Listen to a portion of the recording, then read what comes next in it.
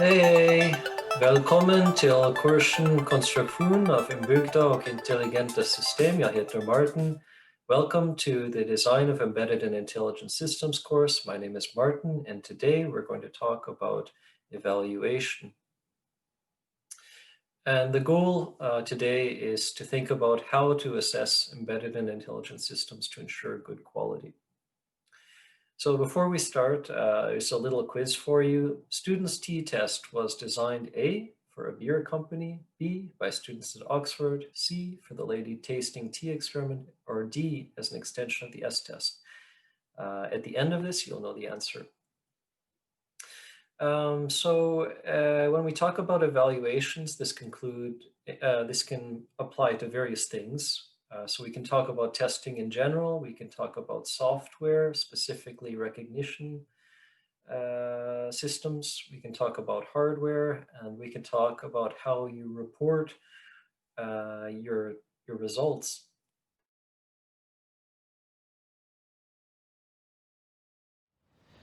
So testing in general, why do we do it? Because we want good quality, but people often make mistakes. The estimated annual cost in the US of software bugs was $60 billion, according to a study from 2002, NICE. So what exactly does testing entail? Well, in software testing, you often mention verification and validation. Verification is, did you create a system according to the requirements correctly? Validation is this really what the users need or want? So for the first, you can use a traceability matrix to connect your requirements to your tests. For the second, you can conduct user tests and stuff like that. You also have to deal with problems like aleatoric uncertainty, so like randomness in your results. If you're doing user tests, you might also consider your participants and the conditions. So for the participants, how many men, how many women should participate? What age group are you targeting? What nationality are you going to pay the participants? For conditions, you can look at if you are going to assign participants randomly to your conditions, or if you're going to have a balance so that each participant will experience the conditions in an equal number. You can use something called Latin squares for that. So there's various ways in which you can do measurements. For example, objective or subjective, quantitative or qualitative. So you can do these in different combinations. For example, you can have objective, quantitative, and that would be something like the robot moved at 1 meter per second. You can have subjective quantitative. That's, I give a 6 out of 7 to this robot for its movement. You can have qualitative objective. So that would be something like the robot moved across the table.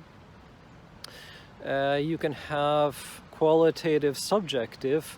That means I thought this robot's movement was great, or I thought it was easy to use. Pros and cons of methods. This is for people who want to know more than is usually expected in this course. You can talk about why you're doing the experiment. That's good in a way because it's ethical. It's also bad in a way because then you could affect what people will tell you. Maybe they want to make you happy, so they'll tell you what they think makes you happy.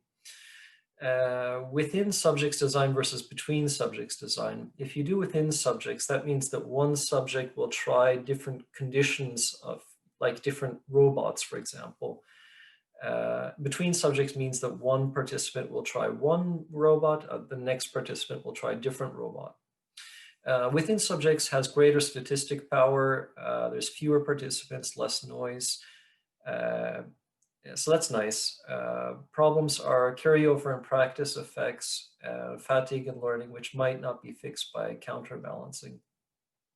Basically, they try lots of things and they get tired over time. Grounded theory.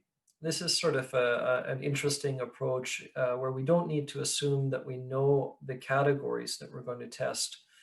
The problem is that it's not so typical currently. Typically, we have very simple cases where we have a very firm hypothesis. We assume we know everything, basically, and then we want to just test one simple thing. And you also need still a human in the loop for this. The think aloud approach, this is an interesting way to get people to say what they're thinking during an experiment when they're working with a robot. They just say everything they think. And this is nice because we don't need to know in advance what the participants will think. We learn from listening to them. The con is that it causes cognitive load, so they have to work harder to work with your system. Continuous evaluation is the same thing. This is maybe you have a keyboard and you can rate some interaction from 1 to 5. You're maybe looking at a video or you're actually playing with something. This is good because then you know when events happen, when somebody's impression changes of the system, when they're satisfied, when they're unhappy. Problem again is cognitive load. It makes the interaction more difficult. Objective measurements are great because they're reliable, but the problem is that they're also very limited because we can't know what people are thinking without asking. Okay, let's go on to something a little bit different. We have a little quiz here. So imagine we get the data shown in this slide following a normal distribution. What conclusion do you think would be preferable for a scientist? A robot performed better than the other robot, or B, a significant difference was not observed in robot performance? Well, I would say that B is a fair answer here. Why? That doesn't make any sense. The means are quite different, right? 0.7 and, no, sorry, 5.7 and 4.9. But you can see this clearly, I think, if you think about the example of flipping a coin. If you flip it, a bunch of times, you'll get different results in the number of heads and tails that were thrown. But that doesn't mean the coin becomes better or worse over time necessarily. It's randomness. There's stochastic processes, which are very common in real life interactions. So this leads us to statistical hypothesis testing. Why do we want to care about this? Well, again, to deal with randomness, to better understand what is true, what's not, to convince other people about your conclusions that your system's good. What's the difference from recognition, which we talked about a few lectures back? Recognition, we just want the best guess possible at that time for some machine. Evaluation, we already have some guess and we just change our mind if we have reasonable evidence to the contrary.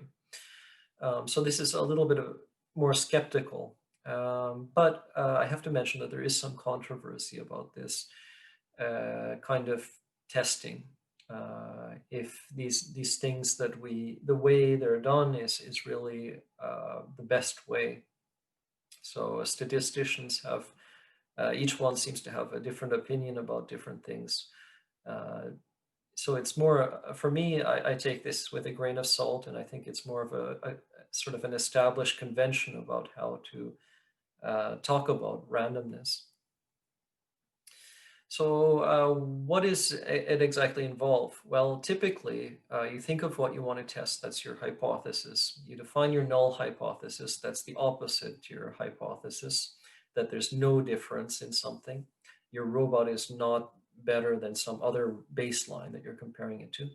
You decide parameters such as alpha and assumptions. So alpha is usually, it's something that you compare with to establish if something is not random or random, and it's usually 0.05. Second step, think of an experiment that could reject the null hypothesis. Walk through it in your mind. Lay it all clearly beforehand. 3, obtain data, and 4, analyze it. So I mentioned alpha, and usually you're comparing something called a p-value to alpha in my field. A p-value is the probability of having a result equal to or more extreme than what was observed. So if you get a very low p-value, then often you can reject your null hypothesis. and in favor of, possibly your own hypothesis. So different tests have different values that they come out with. For example, correlation gives you rho in -1 to 1. P is 0 to 1. It's a probability, right? And people often talk about type 1, type 2 errors. This is just false positives, false negatives, which we talked about in the recognition lecture. Some common tests that people use are t-test, ANOVA, and chi-squared. And people also talk about whether it's one sample, two sample paired, one-tailed, two-tailed. So I've made this chart to try to give you a simplified idea about when to apply which statistical hypothesis test. So first you can think about what's the data that you're looking at. Is it quantitative numbers? Then you go down the left. If it's qualitative data, like people's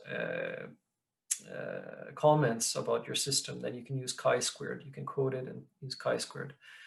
So assuming it's numbers, then the next step is to think about if it's normal or not. And if it is, then you can use a t-test or ANOVA. Otherwise, you have to go with a non-parametric test. So if it looks good and you're using a t-test or ANOVA, then you also have to think, how many groups are you working with? If you're working with 2 groups, you can use t-test. If you're working with more than 2 groups, you use ANOVA. And you also think, so you're comparing usually 2 populations, like robot A and robot B. But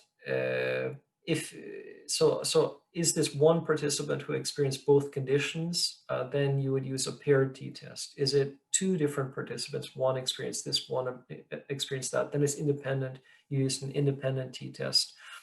For ANOVA as well, you can use a one-way ANOVA when the results aren't paired, or you use a repeated measures ANOVA when it's paired. Something to mention, so the t-test is a common test, and it was originally developed by a person working at the Guinness Brewery.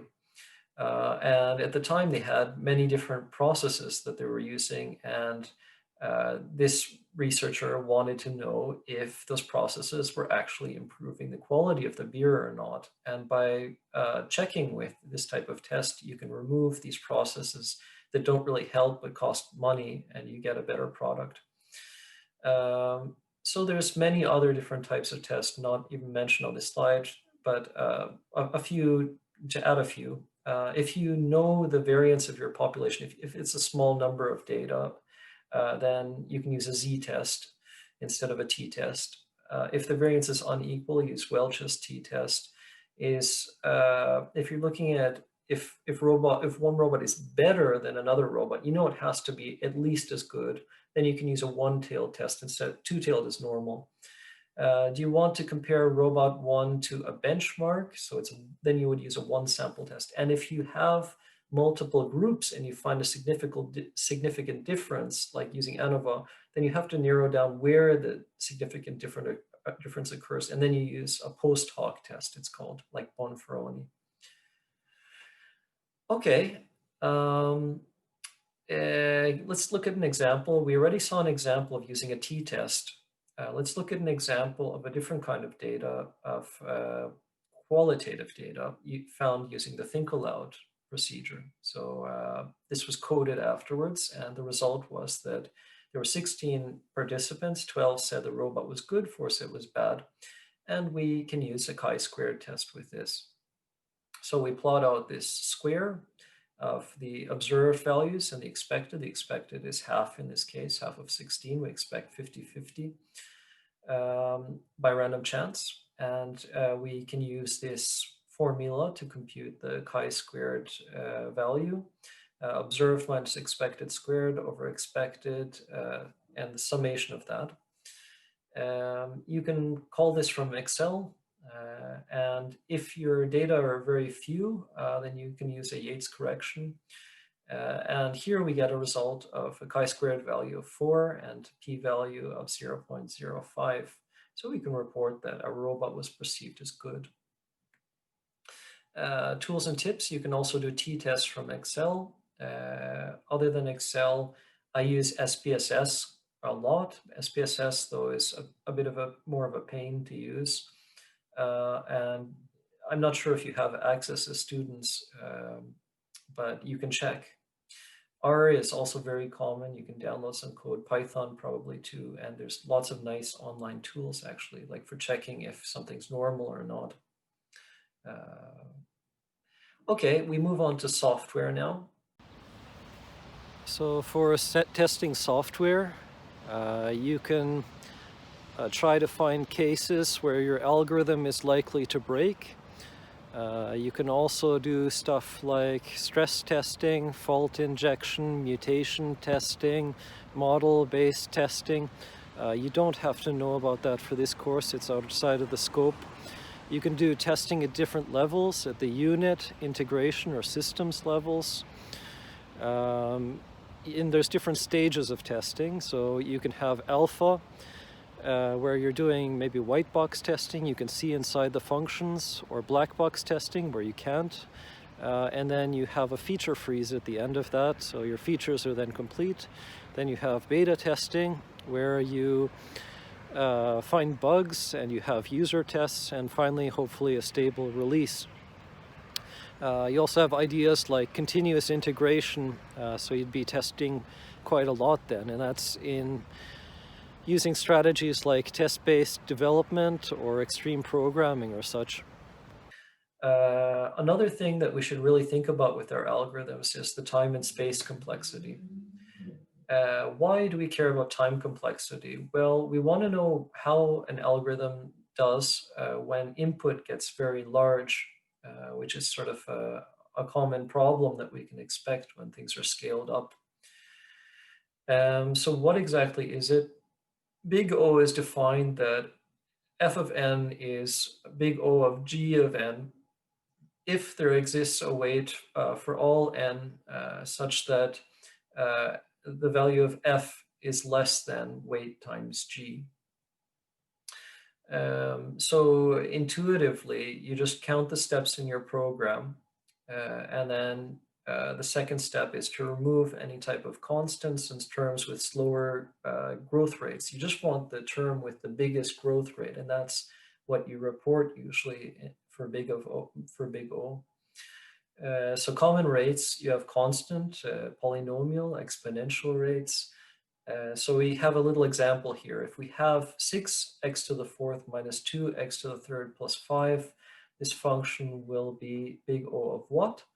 I would say n to the fourth. You notice that the 6 drops away and the other lower terms like x to the third fall away. When you have really big input, they're inconsequential. So for people who want to know more, you also have little o, which is a stronger statement than big O. So for example, x would be little o of n squared, but not little o of n. It has to be something which is stronger.